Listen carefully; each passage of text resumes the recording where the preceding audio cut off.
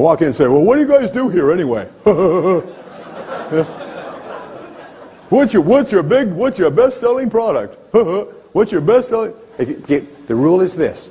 In order for you to be a highly profitable personal services business, is you never ask a question, the answer to which is available somewhere else.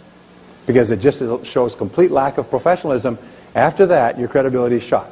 You can't make a second, you don't have a second chance to make a good first impression. Are you with me so far? So it's really important. Okay, so that's the first one, specialization and credibility. Now the second principle in strategic marketing is my favorite of all, and it's differentiation. And differentiation says, and basically the rule is all sales, all marketing is differentiating your product or service from that of others.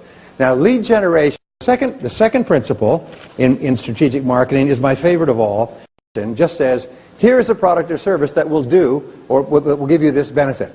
Anybody interested, they raise their hand. That doesn't mean that they'll buy it from you, it just means that they're interested in that benefit. Okay, now, your job in everything that you do is to differentiate yourself from anybody else who offers a similar product or service. Because when the customer starts off, as far as the customer is concerned, you're all the same. You're all the same. It's almost like you're Tweedledum and Tweedledee. So everything you do is to differentiate, which means that you have to be aware of three critical things. Number one is you have to ask yourself, what is your area of excellence? What is your area of excellence? Now, your area of excellence is where you are better than 90% of your competitors. One area of excellence can be you specialize in a particular industry and you have proven, demonstrated experience in that industry. So you have to ask yourself, where are you excellent? And here are the two really important words. Where could you be excellent? Where could you be excellent? Where should you be excellent if you want to be a big success?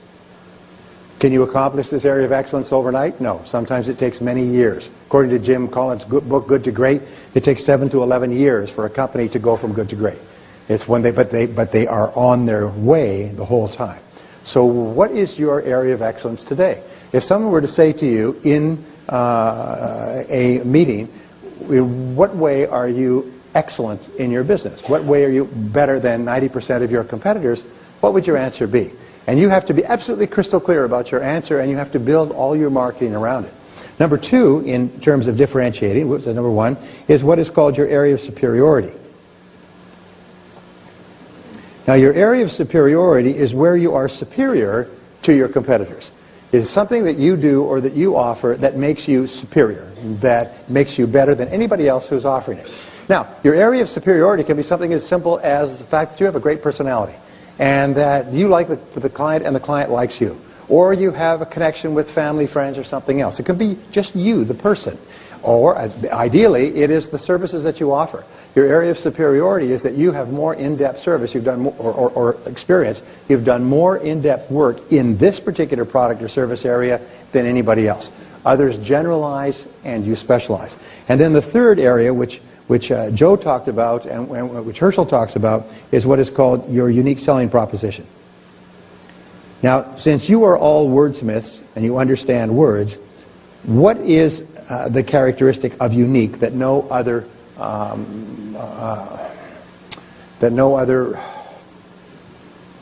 that makes it unique? What's the word I'm looking for? Not adverb, but adjective. What is the quality of the word, of the adjective unique, that makes it separate from any other word? Any other adjective. What is it? It's one of a kind. That's very important. In other words, it cannot be uniquer or more unique or less unique or better or anything else. It is only unique. It only means one. So when you ask what is your unique selling proposition, it means what is it that you offer that nobody else offers. You are unique. There's no one else that has the same thing. It is one and only. And you always have to have a one and only. And sometimes your one and only can be that you invest far more hours on a client's account. Sometimes your one and only could be that you live closer to the client. Sometimes your one and only could be that you have specialized knowledge and experience in an industry that most people who write copy don't have in that industry. But you have to know what it is, and that becomes the organizing principle of all of your marketing. You focus on where you're excellent, where you're superior, where you're unique. And if you don't have them, then the next question is, what could they be? What should they be? What could they be? And here is what could it be? What should it be? And sometimes it's something that's very obvious, something that jumps out at you. But there's a rule. Remember Jack Welch's rule? If you don't have competitive advantage, don't compete. If you don't have a unique selling proposition, you can't compete. You can't go into a market and be a Me Too person unless you just basically want to worry about money for the rest of your life. So here's the third key to marketing strategy. And the third key is segmentation. And segmentation means that you look at your market and you ask yourself, who is your target market? Based on your area of specialization, based on your unique selling proposition, your area of superiority, who's your target market? Even ask yourself, who is your ideal customer? If you could have any customer at all, who would be the very best customer?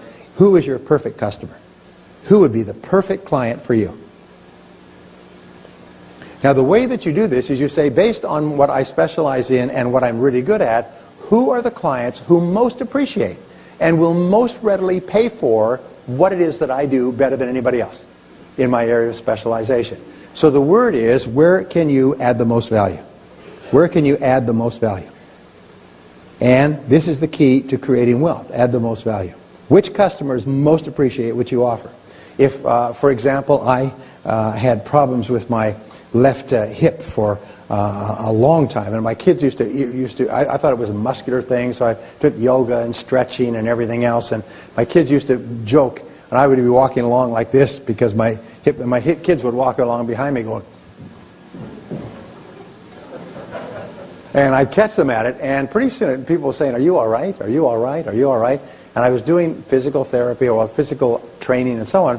Finally, the guy said to me, he said, you know, it may not be muscular, it may be a joint. You should go and see a specialist, an orthopedic specialist. I said, who would you suggest? Well, he had a contact with a doctor at Scripps Hospital in San Diego, who I learned later, his name was Dr. Cliff Caldwell.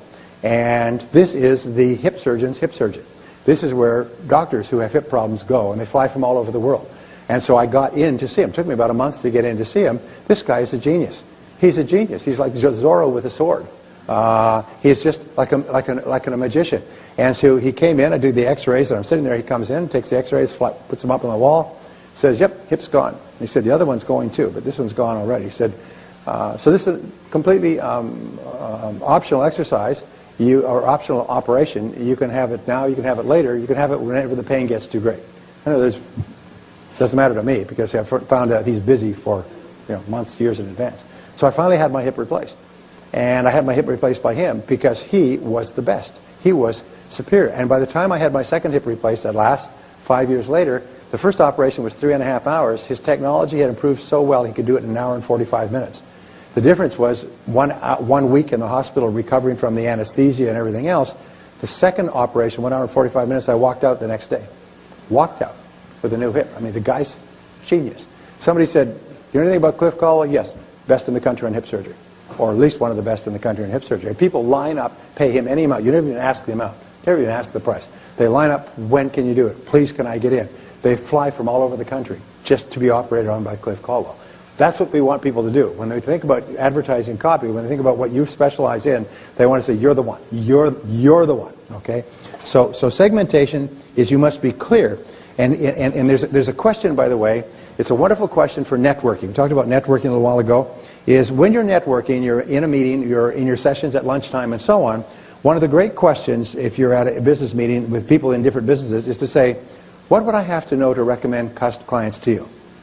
What would I have to know about what you do to recommend clients to you? Who would be the perfect client for you? I mean, ideally.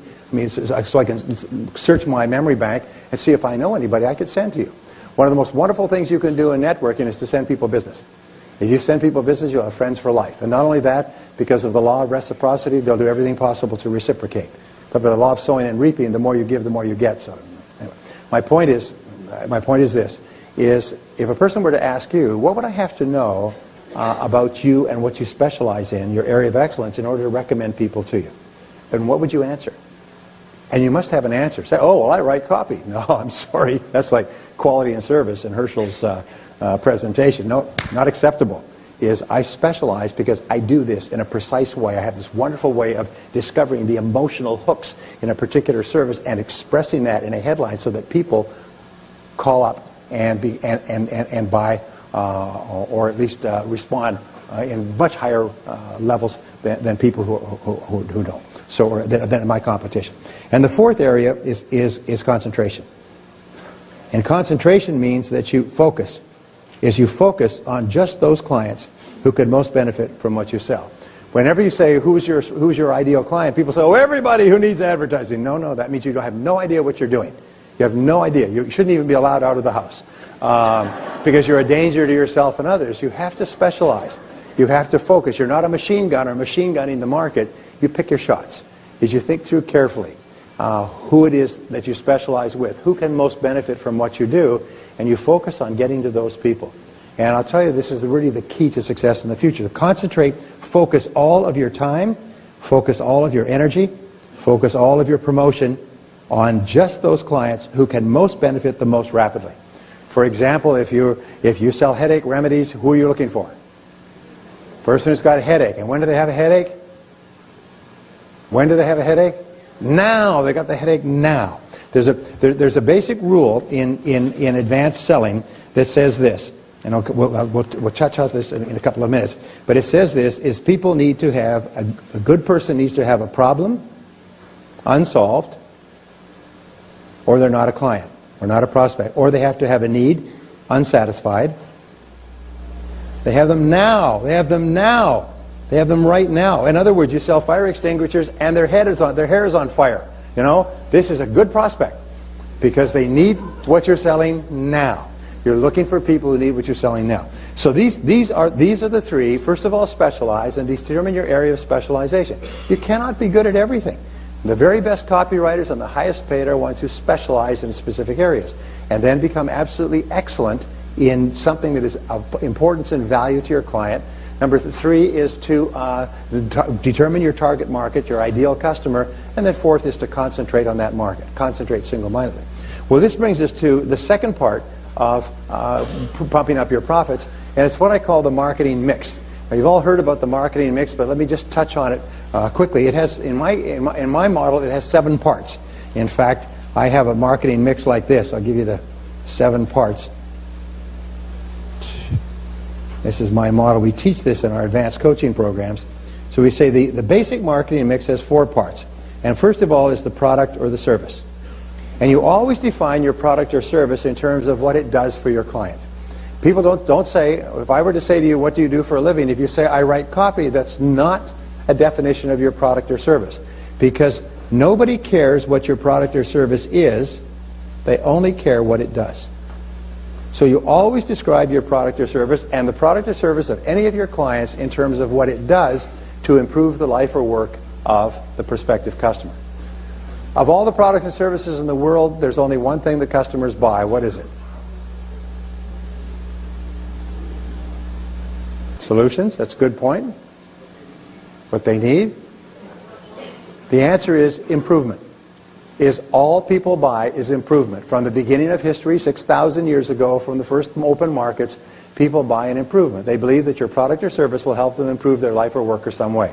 They'll help them improve their business, improve their sales, improve their customer lead generation, and so on, as they seek improvement. They seek that your product or service will help them to do it better than they're currently doing it. Because if they do not see or perceive an improvement in their situation, they will not act. They will say, let me think about it, leave it with me, do a proposal for me, leave me some information, I'll get back to you next year. Have you heard any of these things before? It's because they don't perceive the improvement. So everything that we do in life is to improve people's life or work in a cost-effective way. And the improvement that they want from you more than anything else is greater lead generation. Is that true? If you're in advertising, it's greater response rates. What is it that all business people want to do? Can you guess? It's one thing. They want to sell more of their product or service. That's what they want to do because the business of America is business. And the purpose of a business is to create and keep a customer. And so therefore, that's the reason they hire you. So you have to be clear about what the product does. And by the way, when you're writing copy, forget about all the details and brochures and everything else. It's helpful to know. But what you want to know is specifically what the product does to improve the life or work of the customer. And of all the things that the product does, what's the one thing that will elicit the greatest response the very fastest? Because if you can make that electrical connection, like an electrical arc, it'll cause the phone to ring. Some years ago, I was doing a seminar in Ada, Michigan. actually Grand Rapids. And I was doing it with a group of promoters, and they told me this interesting story because I spoke to the advertising guy who wrote the copy. Anyway, they'd been advertising and running ads on the radio. And so this gentleman, his name is Barry Lebov, L-E-B-O-V. And he has an agency in Grand Rapids called Lebov and Beyond. Isn't that cute? Cute name. Anyway, I was talking to him on the phone because he phoned me to ask me some questions. He had called up the promoters, and they had been running ads on the paper, and running ads on the radio, and they were telling me privately that they weren't getting much response. So then they got a phone call from this guy, and he said, "How's the promotion going? I heard your ads on the paper." They said, "Oh, it's going really well. It's going great. We're really happy, expecting, a lot of results later on, cumulative effect." Whenever the advertising is no good, people say, well, you need a cumulative effect. You need to run it more often. If it's not working, then do it harder. Anyway, he said, well, I have only one question for you. They said, yeah, what's that? He said, is your phone ringing? And there was a silence. And they admitted, well, no, they're running all these ads, but the phone wasn't ringing. People were not registering for the seminar. He said, give me the account. He said, and I'll get your phone ringing, or you won't have to pay me anything. And he went back, he called me up, he identified the critical benefits that people would get from attending this seminar. He put the advertising together in such a way that if you didn't attend, you'd be crazy, especially if your competition did. He ran these ads, and the seminar had about 100 people in it. After 6 weeks of advertising, within 2 weeks, it had more than 1,000 people. The phones rang off the hook. They had to bring in their children and their wives and their friends to answer the phones. The phones just went crazy because the advertisement was focused on the specific benefit, not the fact that a seminar is going to be offered, but what the seminar will do for you in your career. Are you with me so far? So it's really important to keep focused on what does it do? What does it do? Not what it is. And we work with our entrepreneurs all the time. We say, tell me about your business. And they always describe, I sell insurance. No, you don't. You sell security and peace of mind. No, but we sell the finest insurance packages, estate planning. No, you sell taking care of the most important people in your life if something accidentally were to happen to you. You don't sell a thing. You sell an experience. You sell a feeling. You sell how the person will feel as a result of using the product. Anyway, I'm getting off. I don't mean to duplicate what you're already learning. So the second is the price. Now this is really important. It's one of the hand-biting, white-knuckle parts of any business is setting the price, establishing the price. And you can tell if your price is correct. How can you tell? The amount that you charge is correct. How can you tell? You're fully busy. You're fully booked. People are buying you at that price. When do you raise your prices? When you have too much business and you try to discourage business. The only time you raise your price is to discourage, or in other words, to limit the amount of business to the amount of business you can deliver. If you are overwhelmed, you've got work that takes you 7 days a week, it means you're not charging enough. So therefore, what you have to do is you have to constantly think about, am I charging the right price? Should I have an introductory price? Should I have a discount price? Should I have staggered prices? Should I have bundled prices? Should I break my services down into separate prices? And you know more about this than I do, but you have to keep revisiting the issue of price because people are very price sensitive, especially if they have no other basis of comparison. The third part of the marketing mix is what is called the place, is where do you sell? In what place do you make contact? Did you make contact on the internet? Do you make contact face-to-face, person-to-person? Do you make contact on the phone? Do you work out of your home? Do you work out of your office? And so on. Let me tell you a quick story, which I thought was cute. No, I'm sorry, I'll come back to this in a second. I'm getting ahead of myself. So the place is really important. Where are you going to work? Are you going to work in a certain geographical area? Are you going to go and see clients, or the client's going to come to you? But the place is important. And what I would suggest, people say, well, I can work anywhere in the country. Well, that's true, but much of your work, at least initially, is going to require face-to-face contact with your customers. Very hard to do any kind of long-term work by telephone or by email. You've got to somehow make that chemical, that emotional connection with clients. And so I know many people who say, I'm only going to work within 50 miles of my home. I'm only going to work with people I can work with face-to-face. Now, as it happens, there are 20,000 businesses in America per million population.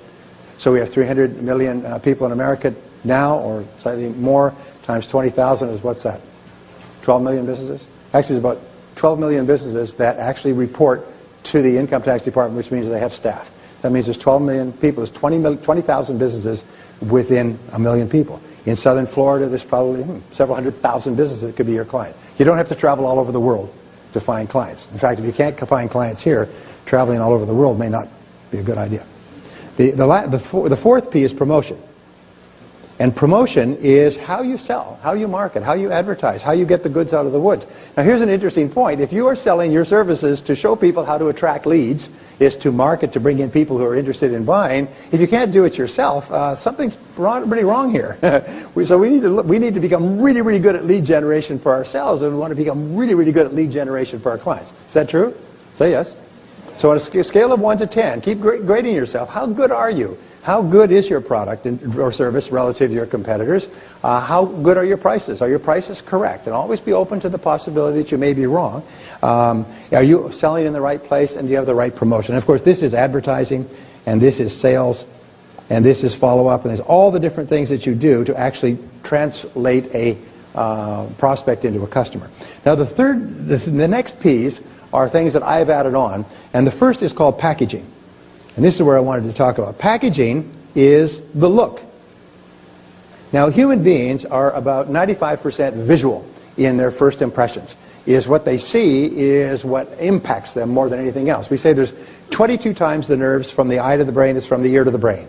So what people see has 22 times the impact of what they hear. And what counts with regard to packaging? Everything counts.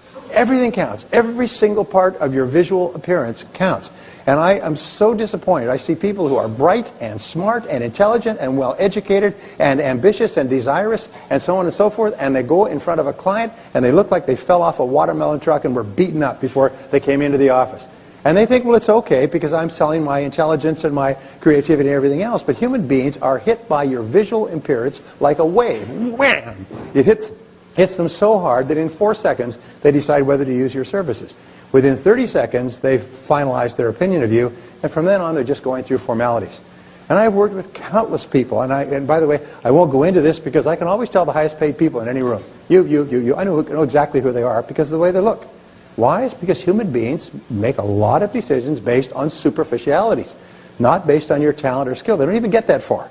They just make a decision based on superficiality. So one of the things that I recommend that you do is go out and buy a book or two on dress for success in business.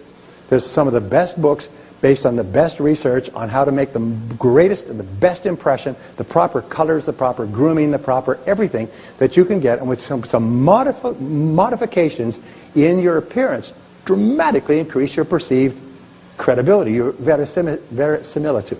And it's really important that you do that because what counts? What counts? Everything counts. Everything counts because you're asking a person to give you money in exchange for what? You're asking a person to give you money in exchange for promises. You say, you give me, I'll give you some promises that this copy will be good and will work, or that my services will be good. And you give me some money that I can go and spend right now. I'd like some money up front. I'd like some money as we go along. In other words, you're asking a person to take a big risk. And people have been burnt over and over again. So your job is not to give them any reason not to believe you, trust you, to have to perceive you as credible. Are you with me so far? Really, really important. Okay. Oh, damn, I love this stuff. Okay. The next is positioning. And positioning is the way that you are thought about and described by your customers. The whole thing of positioning, Joe's an expert in this. You could talk about this all day long, positioning, because it's so important. It's basically how do people think about you and talk about you when you're not there? What is the way they think about you and talk about you, and especially how do they describe you to others? After you leave their office and they turn and say, who were you just with? Well, so-and-so. Well, what was it like? Well, what did they say? How are you positioned with your clients? And the other question is, how would you like to be positioned? And the critical thing that you're looking for is the words. And we could spend a lot of time on this, but basically you're looking just for the words. What are the words that you want people to use after they have spoken to you? When someone says, what is your name, sir? Larry. And what is your name? Carrie. So let us say Carrie asked me about you, and I know you, I've done business with you, I've worked with you. Tell me a little bit about Larry. What do you know about him? What would you want me to say? And if he was a prospective client, what would you want me to say? Does superb work? He's a great, super person to work with, does great work, he's punctual, his advertising really works, causes the phone to ring off. Is that what you want them to say? Now, if that's what you want people to say, then what do? You make sure that every single customer contact and every customer interaction builds that perception. Because perception is reality. Is what all top companies and all top professionals do is they're constantly aware of the perception that they're creating, and they work to shape the perception. They work to shape the perception so the person thinks of them as qualified, competent, positive, personable, excellent at what they do, easy to work with, and so on. It is so important. In my office, it's been my philosophy all my life, but we try to make it easy for customers to deal with us. Easy for our clients to deal with us. It's been my philosophy, and I teach that in selling. Be easy to work with. Be really easy to work with. Be pleasant, be accommodating, be there on time, be punctual with your assignments, do your preparation. Be easy to work with. Make it easy for people to choose you rather than someone else. And so the very best compliment that I ever get is people say, working with your office is the easiest that we've done in the world market. I speak with people all over the world and they say, working with your office is so easy. Your people are so good. They're so punctual. They're so pleasant. They're so polite. They get back to you immediately. And I think, I go back and I thank I brace my staff, because that's the perception I want people to have. And it's amazing. I did 29 talks for IBM. And about halfway through this series of talks, so that's for about 3 years, I said, I really appreciate your hiring me, because it's wonderful. They pay well, wonderful group of people to work with. I said, well, why do you choose me? There's lots of great speakers out there. He said, you're the easiest person to deal with. He said, you're always accommodating, you're always on time, you're always prepared. Once we make an arrangement with you, we never have to think about it again. If you have any questions, your staff takes care of everything. Everything's always delivered on time. He said, it's just so we have to say, who are we going to get for this? Well, let's get Brian, because it's so easy to deal with. And I would like to think it was because I'm such a great talent, which we are. So positioning is important. Think about the words that you want people to use, and then make sure that everything that you do is consistent with the words that you want people to use to describe you. And the last has to do with the people. And remember, the people, yourself and the people in your business, are 85% of your business. So as they say, good companies don't hire people and teach them to be nice. They hire nice people. And so it's important that every customer contact, every single customer contact, every single phone call, every single word, email, is by someone who's pleasant, positive, enjoyable. Because as Herschel said, as Joe said, people are extremely emotional.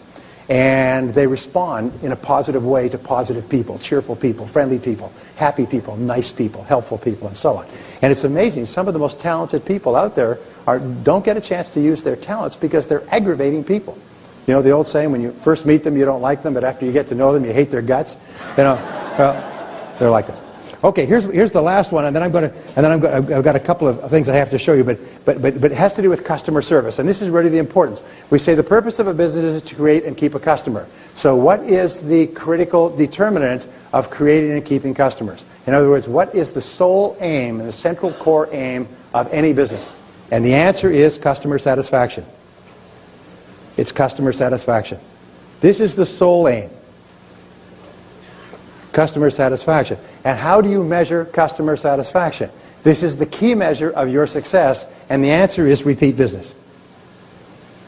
Now, we could talk about this all day long, but as I said, I know you're some of the smartest people in the West, so you can take this quickly, but repeat business is the key. Repeat business is where customers tell you that you have satisfied them. Sometimes I say, what is the most important sale? In working with a client or a customer, what's the most important sale? And they'll say, the first sale. I say, no, because you can get the first sale by personality, by promises, by deception, by discounts. You can get the first sale in a variety of ways. The second sale is the most important. Why is that? Because the second sale is the customer's way of saying to you, you delivered on your promises. You did what you said you would do. Your product or service was the quality that you represented it to be when I made my first decision. So the second sale is the key. All success is dependent upon the second sale. All success is dependent upon the second sale. And so therefore, everything you do has to be aimed at the second sale. And this brings us to what I call the 4 levels of customer service to pumping up your profits. Number 1 is the first level, which used to be, by the way, the measure that people set as their standard, is to meet expectations. Hey, they would brag, we meet expectations. We meet customers' expectations X number of time, or 97% of the time. Today, because the competition is so fierce, meeting expectations merely enables you to survive one more customer. Survive to one more customer. Meeting is no longer enough to get ahead. It just keeps you. It's almost like a person treading water, keeps their nose just above the water. Just above the water level. You'll never make any progress. You'll just survive. So the second level is to exceed expectations. And this is to do things that customers did not expect. It's just little things. Just to exceed expectations. And there's all kinds of ways that you can exceed expectations. Sometimes the store owner will take the person to the door and open the door and say, thank you for coming, as opposed to ringing it up at the cash register and waving goodbye. Sometimes they carry it out to the car for them. What is it that Walmart does that they're so famous for? Greeters. The only company in the world that does greeters. And everybody says, oh, look at those old Walmart people. They don't know what they're doing. They don't know what they're doing? Biggest damn retail operation in the history of man on earth? Are you kidding? They know what they're doing. And so when people get older and they can't run around the stores, they just have them be greeters. And some of them just sit there and be greeters, say, welcome to Walmart, thanks for coming. Isn't that nice? I mean, it's a small thing, but it starts people off as they go shopping with kind of a happy glow. Somebody said, thank you for coming, which never happens anywhere else. So exceeding expectations, the baker's dozen, you buy a dozen rolls, the baker puts in an extra one, just gives you a little benefit, a little something extra. So always be looking for ways where you can do something a little bit extra. Now the third is to delight your customers. And you delight your customers, that goes beyond exceeding expectations. You delight your customers by doing something that causes them to light up, that really connects with them emotionally. Like IBM. You know what they used to do? When a salesman made a great sale, they'd send a bouquet of roses with a gift certificate to a first-class restaurant home to the wife. And when the wife got home, there'd be a bouquet of roses and a gift certificate to a first-class restaurant and say, your husband made a great sale this week, and we, the company, really appreciate you. What do you think impact that would have when you get home at night and your wife's sitting there with a dozen roses and a gift certificate to a great restaurant? I mean, would that kind of delight you? Would that make people motivated to go out there and kill for IBM? You bet your bippy. That's why IBM, by 1983, IBM had 80% of the world computer market. And just why? Because those people were so excited about selling for IBM, and customers were so excited about buying. I mean, they didn't even know why. But all right. Number four is you amaze your customers. You amaze your customers. And these areas of customer delight and customer amazement are areas that are basically based on your imagination. What can you do to amaze your customers? And it doesn't have to be a huge expense. It's something that connects with them emotionally.